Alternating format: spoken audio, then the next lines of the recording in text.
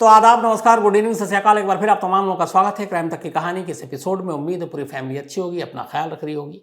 आज की कहानी शुरू करूं उससे पहले दो बड़ी चीज़ या दो बड़ी खबर आपको बताऊं, और इत्तेफाक से दोनों अदालत से ही रिलेटेड हैं, बल्कि दोनों सुप्रीम कोर्ट से हैं।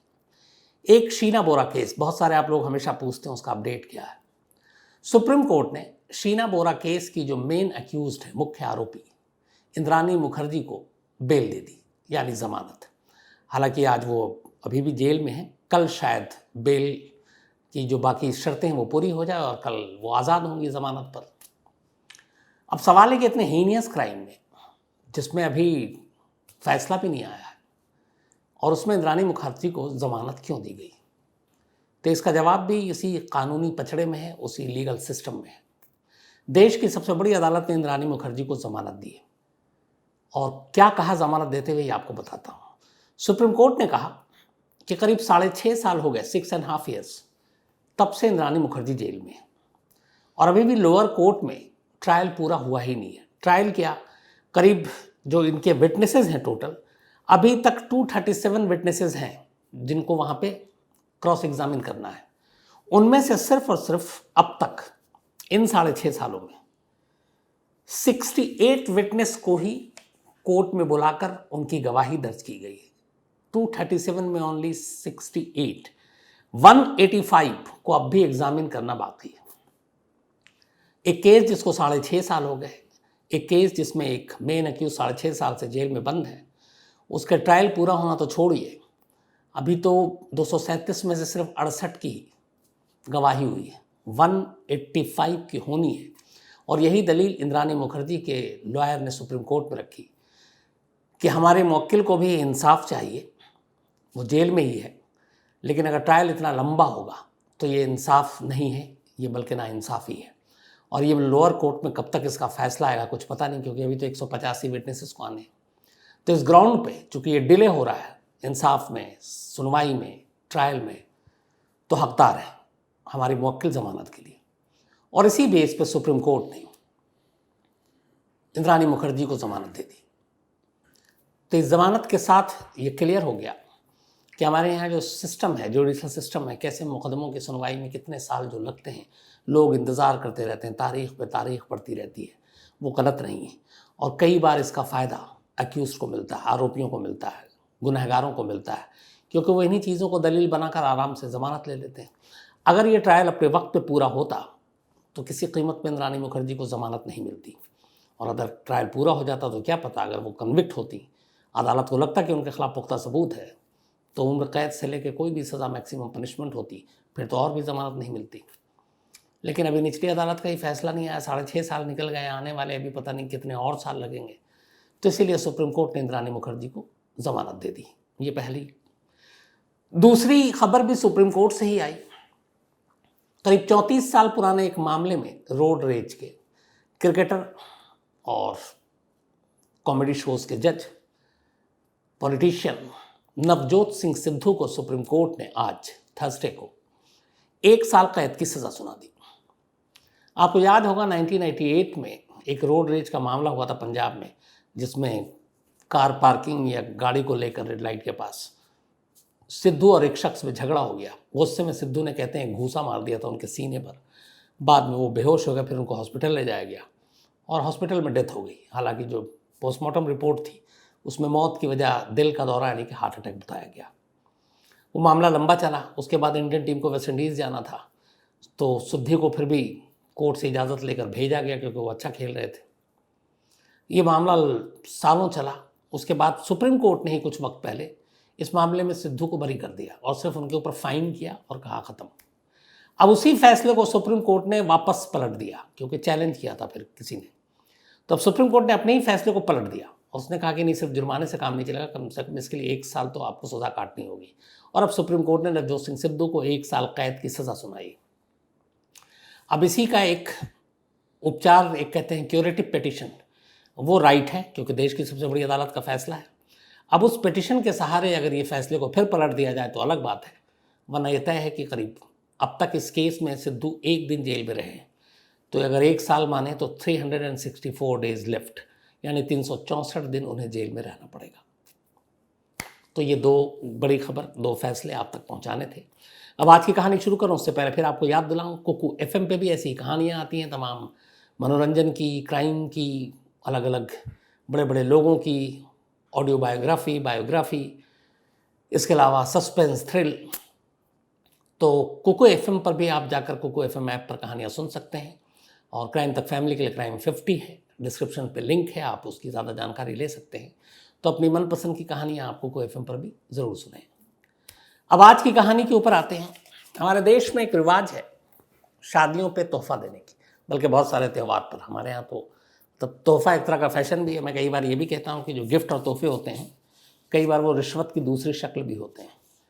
तो कई बार अगर कोई आपको इस तरीके से तोहफे के नाम पर कुछ दे रहा है, और अगर आपको पता है कि उसका कुछ काम फंसा है या काम करना है या कुछ ऐसी चीज़ें, तो समझ लीजिए वो तोहफा नहीं है, रिश्वत है। तोहफा हमेशा दिल से दिया जाता है, और रिश्वत जो है तोहफे की शक्ल में कई बार दे दी जाती है। आज की कहानी गुजरात की कहानी है। गुजरात के सूरत के करीब नवसारी ज़िले की कहानी है। नवसारी एक अच्छा खासा इलाका है। इसी नवसारी ज़िले में एक मिंढाबारी इलाका है। यहाँ पे 12 मई को एक शादी हो रही थी। शादी थी 28 साल के लतेश गवित की और सलमा की। दोनों गांव के आसपास ही रहते थे नवसारी में। अरेंज मैरिज, दोनों के घर वाले बड़े खुश और दूल्हा दुल्हन भी खुश।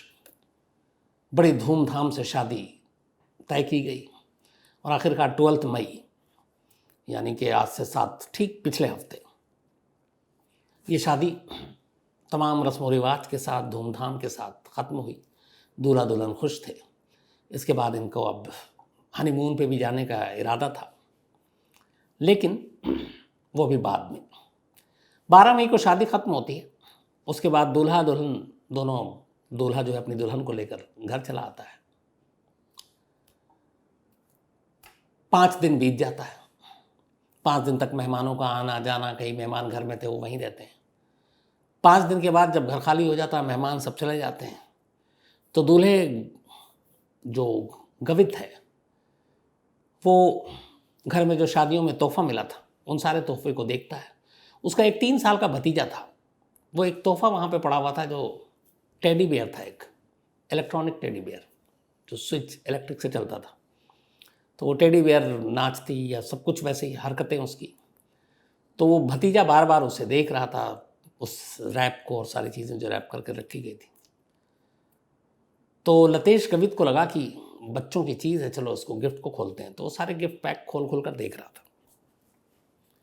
इसके बाद अचानक उसने फिर इस टेडी बियर को भी खोला, देखा इलेक्ट्रॉनिक टेडी बियर है, उसमें एक वायर था। उसने वायर निकाला, प्लग लगाया और जैसे ही स्विच ऑन किया, एक ऐसा धमाका हुआ जो उस घर में नहीं बल्कि गांव में दूर दूर तक उस धमाके की गूंज सुनाई थी। इत्तेफाक से जब ये टेडी बियर ऑन किया था गवित ने, तब उस कमरे में सिर्फ वो और उसका भतीजा था 3 साल का।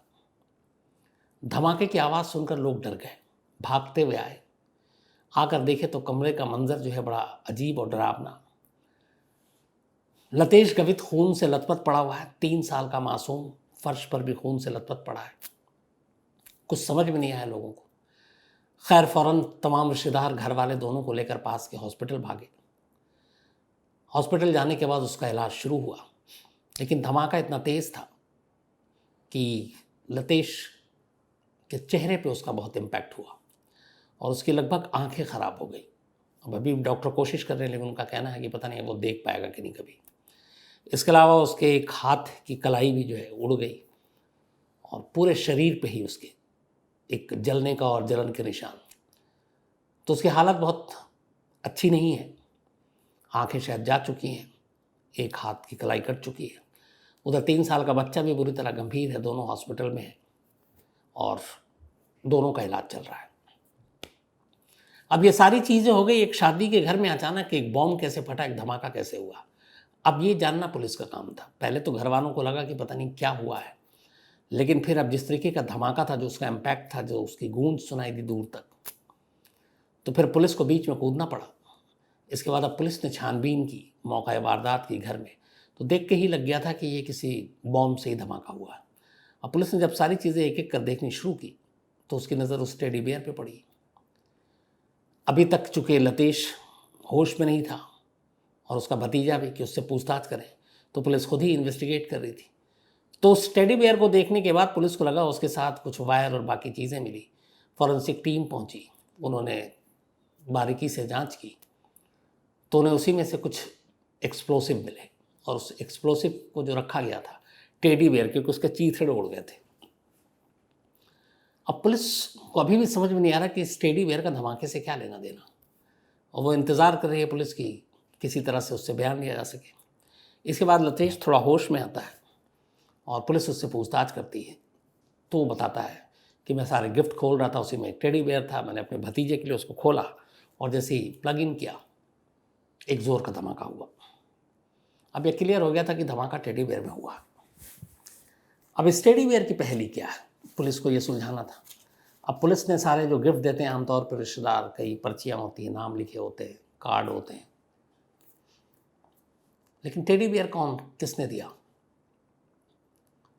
तभी जब तफ्तीश हो रही थी तो जो लतेश की वाइफ सलमा की एक बड़ी बहन, और उस बहन ने पुलिस को बयान दिया, और वो ये था, उसकी जो बड़ी बहन थी उसका नाम है जागृति बेन। अब इस टेडी बियर के बारे में पुलिस इंक्वायरी कर रही है, तो अचानक जागृति बेन ने कहा कि मैं जानती हूँ कि ये टेडी बियर कहाँ से आया। उसने कहा कि एक महिला लेकर आई थी और उसने दिया था, और ये टेडी बियर भेजा था एक राजेश पटेल नाम के शख्स ने। अब पुलिस ने कहा कि ये राजेश पटेल कौन है और क्यों दिया। अब राजेश पटेल की कुंडली खंगाली गई, तो फिर एक नई कहानी आई। पता चला राजेश पटेल और जागृति बेन दोनों एक दूसरे से प्यार किया करते थे, यानी कि सलमा की बहन जागृति और राजेश 2009 से दोनों लिव इन में रह रहे थे। 2009 से लेकर करीब 2021 तक, मतलब करीब 11-12 साल। इस दौरान में जागृति और राजेश पटेल, इनको एक बेटी हुई जिसकी उम्र इस वक्त करीब 6 साल है। लेकिन फिर यह भी पता चला कि राजेश पटेल पहले से ही शादीशुदा था, उसकी एक पत्नी है और बाकायदा उसके 2 बच्चे भी हैं, एक लड़का और एक लड़की, जिनकी उम्र 7 और 12 साल है। तो शादीशुदा होने के बावजूद राजेश पटेल जागृति बेन के साथ लिव इन में रह रहा था पिछले 11-12 सालों से, और उससे भी एक बेटी थी। सब कुछ ठीक चल रहा था, लेकिन पिछले 1-1.5 साल में दोनों के रिश्तों में खटास आ गई। दोनों एक दूसरे से लड़ने लगे, फिर दोनों एक दूसरे से जुदा हो गए। जागृति बेन अपने घर लौट आई। इधर राजेश पटेल रिश्ते ऐसे खराब हुए कि उसे लगा कि जागृति बेन और उसकी जो बेटी है उसको ही रास्ते से हटा दो। अब वो इसी उधेड़-बुन में लगा रहा। इसी दौरान में अचानक क्या हुआ कि राजेश पटेल के घर में उसकी भाई की शादी फिक्स हो गई। अब राजेश पटेल के घर में शादी उसके भाई की। इधर ये पता चला कि जागृति बेन के घर में उसकी छोटी बहन सलमा की शादी है। काफ़ी प्लानिंग करने के बाद राजेश पटेल ने फिर एक फैसला किया। उसने एक लेडी से जो उसकी परिचित थी उसको उसने बुलाया।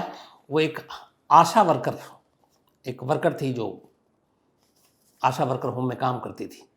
उस लेडी को बुलाया और उसने कहा कि ये एक कार्ड है शादी का और ये एक तोहफा है टेडी बियर, तो ये जाकर तुम वहाँ दे दो, मतलब सलमा और जागृति बेन के घर में। लेकिन राजेश पटेल ने स्पेशली ये कहा कि ये जो टेडी बियर है जो तुमको देना है ये किसी और के हाथ में मत देना, ये सीधे और सिर्फ जागृति बेन के हाथ में देना, क्योंकि उसका इरादा उसी को मारने का था। और ये उसकी बहन की शादी के लिए, तो जागृति बेन के हाथ में देना, वो अपनी बहन को दे देगी। अब वो जो उसकी महिला परिचित थी वो इस तोहफे को और शादी के कार्ड को लेकर पहुंच गई। चूँकि राजेश पटेल को उनका घर भी जानता था, 9 साल से 11-12 साल से दोनों लिव इन में रह रहे थे, तो वो पहुंच जाती है वो महिला। वहाँ पहुँचने के बाद वो देखती है चारों तरफ, लेकिन इत्तेफाक से जागृति बेन मिलती नहीं है। वो उठाकर उसकी बेटी को ये तोहफा दे देती है जो 6 साल की बच्ची थी, कि ये तुम अपनी मम्मी को दे देना, और निकल के चली आती है। अब उसकी बेटी उस तोहफे को रख देती है। कुछ देर के बाद अब जागृति बेन आती है, वो देखती है कि एक टेडी बियर है, एक शादी का तोहफा है। उसे लगा कि ये उसकी बहन के लिए किसी ने तोहफा भेजा है, क्योंकि शादी उसकी बहन की। तो उसने उठाकर जो शादी के बाकी तोहफे आए थे, उन तोहफों के बीच में उस टेडी बेयर को भी रख दिया कि ये उसकी बहन सलमा का है, वो अपने ससुराल ले जाएगी। अब उन सारे तोहफों के बीच में वो टेडी बेयर, शादी हो गई, विदाई हुई, रुखसती हुई, दूल्हा दुल्हन को लेकर चला गया, जो बाकी तोहफे थे वो भी साथ में गाड़ी में रख कर ले जाया गया। अब तोहफे सब ले जाकर रख दिए। 12 मई की शादी थी। 4 दिन गुजर गए। 4 दिन तक मेहमानों की खातिर ये वो सारी चीज़ें होती रही। 5वें दिन याद आया कि चलो अब तोहफे खोलते हैं। और 17 मई को इत्तफाक से लतेश कवित, उस वक्त उसकी बीवी नहीं थी, नई सलमा वहाँ पे, सिर्फ भतीजा था, और इन्होंने वो तोहफा खोला, टेडी बेयर को प्लग इन किया और उसमें धमाका हो गया। तो जब ये सारी चीज़ें सामने आई तो पुलिस ने फ़ौरन राजेश पटेल को सबसे पहले अरेस्ट किया। राजेश पटेल के साथ उसके भाई को भी अरेस्ट किया। इसके बाद उन दोनों से पूछताछ हुई। तो जब पूछताछ हुई तो उन्होंने पता चला कि कुएं खोदने के नाम पर राजेश पटेल ने वहीं किसी से डेटोनेटर और ये विस्फोटक लिया। आमतौर पे ये सब लाइसेंस के साथ बिकता है, लेकिन वो आपके लिए उसके पॉजिटिव मतलब जो क्या काम है वो आपको सब बताना पड़ता है। तो उन सारी चीज़ों को लिया उसने। उसके बाद उसने एक टेडी बेयर खरीदी और उस टेडी बेयर में ये पूरा विस्फोटक, यहाँ पे पुलिस का कहना है कि वो अपने आप नहीं कर सकता, किसी एक्सपर्ट्स के थ्रू इसने ये काम कराया। तो उस एक्सपर्ट्स के थ्रू इसने टेडी बेयर को एक बॉम्ब में तब्दील कर दिया और बॉम्ब में तब्दील करने के बाद रैप करके उसने भेजा। और उसका मकसद ये था कि ये तोहफ़ा जो है, उसे पता था कि अगर मैं भेजूँगा, चूँकि मैं उसके साथ इतने सालों से रहा हूँ, तो जागृति बहन ज़रूर ये तोहफ़ा खोलेगी। और जब खोलेगी तो जाहिर सी बात है टेडी बेयर है, उसकी बेटी भी पास में होगी, तो माँ बेटी दोनों की मौत हो जाएगी। और वो यही चाहता था, इन दोनों को रास्ते से हटाना, और इसीलिए उसने ये सारा प्लान किया। बस गड़बड़ ये हो गई कि टेडी बेयर बेटी के हाथ लगी, बेटी से माँ तक पहुँची, माँ को लगा ये उसकी बहन के लिए तोहफ़ा है, और उसने बाकी तोहफ़ों के साथ डाल दिया। और इस तरीके से होते होते आखिरकार दूल्हे को, जिसके सिर्फ 5 दिन पहले शादी हुई, उसके हाथ ये तोहफ़ा लगा और उसने इसे ऑन किया और धमाके में उसकी आंखें चली गईं, हाथ की कलाई कट गई। पुलिस ने राजेश पटेल और उसके भाई को गिरफ्तार कर लिया है। बाकी इसके पीछे और कौन कौन लोग हैं उनकी भी तलाश की जा रही है। लेकिन कुल मिलाकर एक शख्स जिसे इश्क था, 12 साल तक करीब साथ रहा, दोनों में प्रेम, लेकिन धीरे धीरे शायद वो प्रेम गायब हो गया, सिर्फ कहानी रह गई। प्रेम कहानी में से प्रेम हट गया और कहानी बची। और अंजाम ये हुआ कि एक शख्स जिसको कायदे से अब शायद हनीमून के लिए कहीं बाहर होना था, अस्पताल के बिस्तर पे पड़ा हुआ है और बुरी तरह घायल, आंखों की रोशनी ऊपर वाला करे कि ठीक हो जाए, लौट आए। लेकिन प्यार में अंधे या उस सन की आशिक ने जो किया एक तोहफे के नाम पर, शायद ही शादी में कोई ऐसा तोहफा किसी को भेजता है, और उसने ऐसा तोहफा भेजा। तो ये थी कहानी। शायद शादी में भेजे जाने वाला ये अब तक का खौफनाक तोहफा होगा, उसकी कहानी। अब कहानी खत्म करूं वही अपना सिलसिला। आज भूपेंद्र मिश्रा, इनका जन्मदिन है। Happy birthday Bhupendra. Nizamuddin east Delhi में रहते हैं ये। इसके अलावा अंसारी अबरार, इनका भी आज जन्मदिन है। हैप्पी बर्थडे अंसारी साहब। और नौशीन जी ने भेजा है, इनके शौहर हैं, पति हैं। इसके अलावा अमन झा, इनका भी आज जन्मदिन है, तो हैप्पी बर्थडे अमन साहब। आपके लिए ख़ास किसी ने बर्थडे विश भेजा है मैसेज, आपकी होने वाली वाइफ ने, जिनका नाम है प्रीति झा। और अमन और प्रीति की शादी 10 जून को होने वाली है, नेक्स्ट मंथ। तो आप दोनों को आपकी शादी के लिए अभी से हार्दिक शुभकामनाएं, बहुत बहुत मुबारकबाद। आप दोनों हमेशा अच्छे रहें और सारी खुशियां मिले आपको। तो आप, और अच्छा भी लगा प्रीति झा ने पूरी क्राइम तक टीम को भी शादी में इनवाइट किया। फैमिली बोलूँगा तो बहुत गड़बड़ हो जाएगा, क्योंकि फिर जगह कम पड़ जाएगी, लाखों हो गए हैं फैमिली मेम्बर इसलिए। लेकिन पूरी फैमिली की तरफ से क्राइम तक आप दोनों को बहुत बहुत बधाई और मुबारकबाद। इसके अलावा ओजस्वी का भी आज जन्मदिन है, तो हैप्पी बर्थडे ओजस्वी। और दीपक जी की बेटियां हैं ये, और उन्होंने ये लिखा है कि पर्सनल पॉइंट केस की कहानी सुनाए, जो दिल्ली के मैं सुना चुका हूँ, इसको आपको इसी कहानी की लिस्ट में मिल जाएगी। और भव्यराज सिंह शक्तावत, इनका भी आज जन्मदिन है, तो हैप्पी बर्थडे भवराज सिंह शक्तावत। छत्तीसगढ़ से है, 19 साल के हो गए, बल्कि छत्तीसगढ़ सॉरी चित्तौड़गढ़ राजस्थान से हैं ये भव्यराज सिंह शक्तावत। 19 साल के हो गए, पढ़ने लिखने में तेज़ हैं, एनसीसी स्काउट लीडर हैं और आर्मी में जाना है। तो हमारी तमाम शुभकामनाएं, ऑल द बेस्ट। आप आर्मी में जाओ, खूब देश की सेवा करो, अच्छे इंसान बनो, अच्छे फौजी बनो, और पहले अपनी सारी ध्यान जो है पढ़ाई लिखाई पर दो। तो वंस अगेन हैप्पी बर्थडे भवराज। इसके अलावा रुचि दुबे हैं, और कल की कहानी जो थी बिलासपुर के ही पास, ये शायद ये बिलासपुर में ही रहती हैं, इन्होंने कहा कि वहाँ पे कुछ इलाके ऐसे हैं जहाँ तंत्र मंत्र ऐसी चीज़ें बहुत होती हैं। तो थैंक यू रुचि जी ये बताने के लिए। प्रकाश कुमार, इन्होंने बीजल जोशी अहमदाबाद की इसके बारे में कहा कहानी सुनाने, शायद मैं ये सुना चुका हूँ, एक बार और कन्फर्म हो जाऊँगा। इसके अलावा रोशन कुमार है कि स्टोरी की फरमाइश की है। अशोक डूडी बिश्नोई जी हैं कि स्टोरी की फरमाइश की है, नाराज़ ना हो बिश्नोई जी, जल्दी आपकी बारी आएगी। इसके अलावा शाहनवाज़ अंसारी हैं, और ये एक यूट्यूब भी चलाते हैं आरजे शाहनवाज़, जिसमें फ़िल्मी कहानियाँ सुनते हैं। तो आप लोग फिल्मों के जो शौकीन हैं, ज़रूर आप आरजे शाहनवाज़ सुने कि किस तरह से कहानियाँ सुनते हैं। मुझे मौका मिलेगा ज़रूर मैं सुनूंगा। विनीत तिवारी हैं, थैंक यू सो मच आपके मेल के लिए। और कुछ इन्होंने और भी लिखा था, मुंबई से हैं ये। इसके अलावा आर तिवारी हैं, इन्होंने भी कल की स्टोरी पे लिखा था कि किस तरीके से लोग अंधविश्वास आज के दौर में भी होते हैं, हैरत होती है। अनिमेश मिश्रा जी हैं, इनका कहना है कि क्या जर्नलिज्म या जर्नलिस्ट बनने के लिए मास कॉम करना ज़रूरी है। तो आजकल है, आपको अगर जर्नलिस्ट बनना है तो फिर मास कम्युनिकेशन की पढ़ाई करनी पड़ेगी। आम डिग्रियों से काम नहीं चलता है, पहले हो जाया करता था। पुष्पेंद्र गोला जी हैं, इसके अलावा रचना गुप्ता जी हैं, thank you so much Ratna ji. पे कई लोगों ने और भी पूछा था आपको, मैंने वैसे मेल भी किया, फिर बताऊँ नाम का मतलब इन्होंने पूछा था। तो शम्स का मतलब सूरज, ताहिर मतलब पवित्र, मैं पहले भी बता चुका हूँ, लेकिन आपने कहा तो एक बार और बता देता। तो आप तमाम लोगों का शुक्रिया, और कहानी की बारी सबकी बारी बारी से आएगी। आज कहानी में इतना ही, अब आपसे मुलाकात होगी कल रात 9 बजे किसी नई कहानी के साथ। Thank you very much.